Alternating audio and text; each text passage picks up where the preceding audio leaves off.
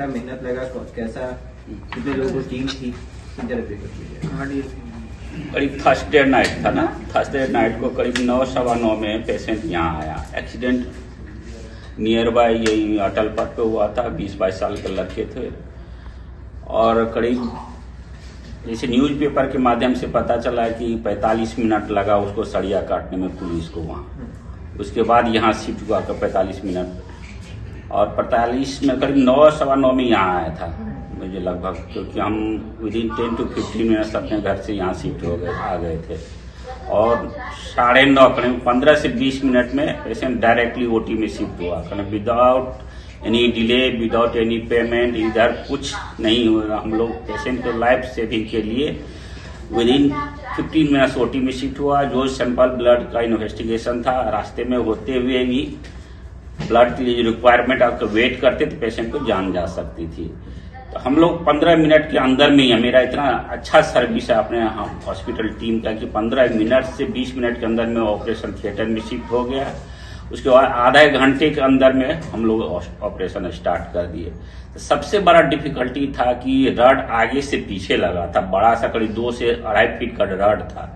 Anaesthesia देने में बहुत दिक्कत आई थी। हमारी टीम के 2 डॉक्टर थे, 3 डॉक्टर थे एनेस्थेसिया टीम के, बहुत ही एक्सपर्ट थे। उसको देने में बहुत दिक्कत, कैसे अब जब तक किसी पेशेंट को सुलाया नहीं जाए तो ट्यूब डालने में जो होता है दिक्कत होता है। लेकिन हम लोग जुगाड़ टेक्नोलॉजी, कहा जाता है कि बिहारी बहुत ही जुगाड़ू होता है। हम लोग जुगाड़ टेक्नोलॉजी से पेशेंट को एक हेल्पर की मदद से गर्दन को पकड़ाया और साइड बाय टेबल, इतना डिफिकल्ट एनेस्थेसिया कि साइड बाय टेबल पे दे के ट्यूब डाला गया और ट्यूब डालने के बाद पेशेंट को स्टेबलाइज किया गया। मतलब ब्लड तो जा ही रही थी अगर, और सबसे बड़ी बात है रड के साथ उसका जो जैकेट था वो अंदर घुसा हुआ था, सॉफ्ट टिश्यू में अंदर घुसा हुआ, तो जो निकाल नहीं सकते। लेकिन एक तरफ तो हमको रड घुसा हुआ था, उसके साथ कपड़ा था सामने देखिए, बोलिए। हाँ, कपड़ा जो था, तो कपड़ा के एक फायदा, घाटा तो ये था कि इन्फेक्शन का ज्यादा चांस रहता, गंदे कपड़े थे। लेकिन फायदा ये था कि ब्लड जो होता मेजर वेसिल्स या होता नस का, वो उसको प्रिवेंट कर रहा था। मतलब इंजुरी से प्रिवेंट किया, फर्दर इंजुरी। एक फायदा हमको उससे हुआ कपड़ों से। हमको करीब 2 से 3 घंटा लगा करीब रड निकालने में। करीब 9:30 से स्टार्ट की 2 से 3 घंटा के अंदर में हम लोग रड निकाल दिए, पेशेंट को स्टेबलाइज कर दिए, टेम्पोररी स्टेबलाइज करके वेंटिलेटर पे शिफ्ट कर दिए। और उसके बाद ड्यूरिंग द सर्जरी हम लोग ब्लड ट्रांसफ्यूजन जितना जरूरत था विदिन मिनट हम लोग ट्रांसफ्यूजन किए, स्टेबलाइज हो गया। करीब सुबह में सर्जरी स्टार्ट किए फिर से। करीब अब स्टेबलाइज होने के बाद बीपी मेंटेन हो गया। शुरू में तो थोड़ा दिक्कत हुआ था, ईसीजी चेंजेज आ रहा था, बीपी फॉल हो गया था। ट्रांसफ्यूजन ये थोड़ा स्टेबलाइज हुआ, वेंट पे किए, वेंटिलेट किया गया। तो पहला शक था हम लोग के कि चेस्ट इंजुरी ना हो जाए, चेस्ट अंदर चेस्ट वॉल में तो नहीं घुसा हुआ, तो चेस्ट इंजुरी नहीं हो जाए। इमीडिएटली पहला सर्जरी के बाद हम लोग सारा इन्वेस्टिगेशन किए। इन्वेस्टिगेशन में क्या था, पहला कि सीटी एंजियोग्राफी से कहता है कि नास का धमनी, जो मेजर धमनी है, उसका इंजुरी हुआ कि नहीं। पहला शिफ्ट होने से, मतलब आईसीयू में शिफ्ट होने से पहले ही हम लोग क्या किए, नास का मेजर धमनी का इंजुरी हुआ कि नहीं। मेजर धमनी का इंजुरी नहीं था, लेकिन उसका वो जो कैलिबर होता है, जो कैलिबर जो होता है वो कम हो गया था। लॉन्ग ड्यूरेशन करीब 2 घंटा तक, 45 मिनट उधर और इधर हमको 1 घंटा लगा।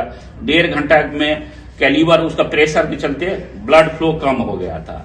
तो ब्लड का ट्रांसफ्यूजन दिया गया, कुछ मेडिकेशन दिया। हमारे टीम के, एनेस्थेसिया टीम के, आईसीयू टीम के, हमारे जितने भी स्टाफ थे बहुत ही हेल्पफुल था। और हम लोग को निकालने के बाद जब देखे कि अब कैलिबर इम्प्रूव हो रहा है, पल्सेशन इम्प्रूव हो रहा है, फिर से सीटी के दोबारा सीटी हम लोग किए नस को देखने के लिए, तो सब चीज ठीक था। तो फिर ऑपरेशन थिएटर में ले गए स्टेबलाइज करने के बाद। फिर से मेजर ऑपरेशन, जो भी बोन आगे की हड्डी जिसको कॉलर बोन आप लोग बोलते हैं, उसमें फाड़ते हुए पीछे का ये हड्डी था वो चूड़ा चूड़ा हो गया था, उसको फिर से आगे से रिपेयर किए। फिर पीछे गए, मतलब पीछे से एक पोजीशन में नहीं हो रहा था, फिर से पलट के फिर पीछे का बोन किए।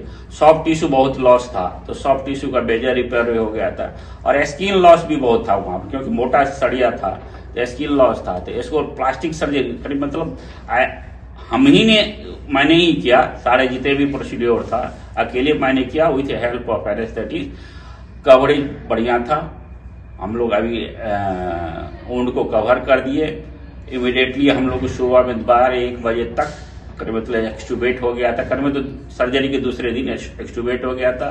पेशेंट शाम तक कल तक खाने लगेगा। अभी आज ड्रेसिंग किए, वुंड बहुत ही अच्छा है, ऊपर वाले के दया से अभी इन्फेक्शन नहीं हुआ। लेकिन अभी इतना कहा नहीं जा सकता कि इन्फेक्शन होगा कि नहीं हुआ, जब कम से कम 10 से 15 दिन लगेगा कंप्लीट वुंड हीलिंग में।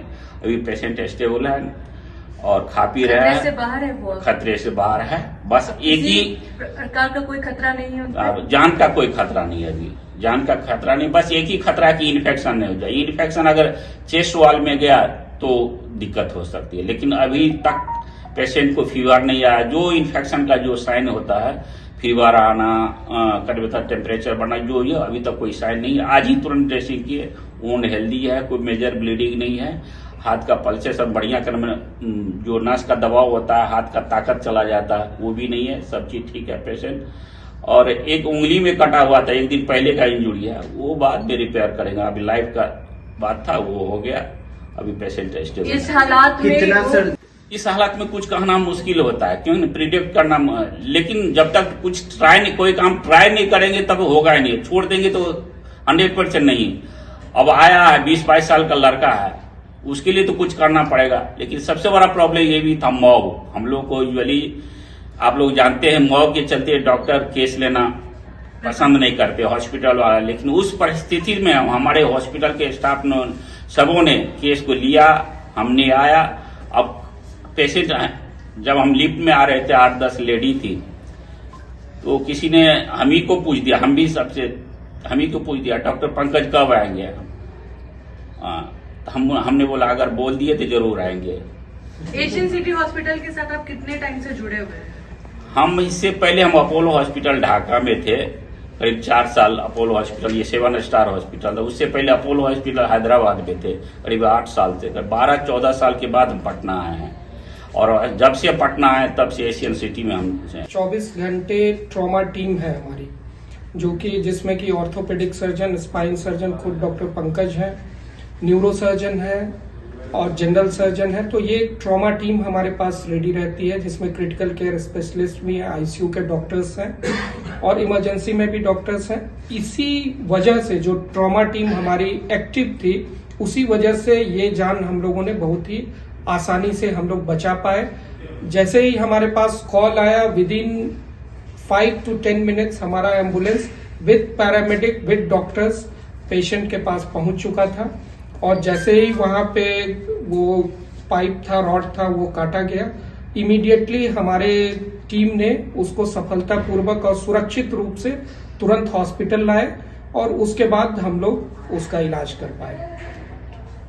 कैशलेस सुविधा है कि नहीं? हाँ, यहाँ पे कैशलेस सुविधा भी है। यहाँ पे आयुष्मान भारत, CGHS, ESI सारी सुविधाएं। तो ऐसे ही तमाम खबरों के लिए आप सभी बने रहिए हमारे साथ और देखते रहिए बिहार उज्जवल न्यूज। अब तक हमारे YouTube चैनल को सब्सक्राइब नहीं किया है तो जल्दी से सब्सक्राइब कर लीजिए। फेसबुक पेज को भी फॉलो कीजिए। वीडियो पसंद आए तो खूब लाइक कीजिए, शेयर कीजिए, कमेंट कीजिए। वीडियो देखने के लिए आप सभी का धन्यवाद।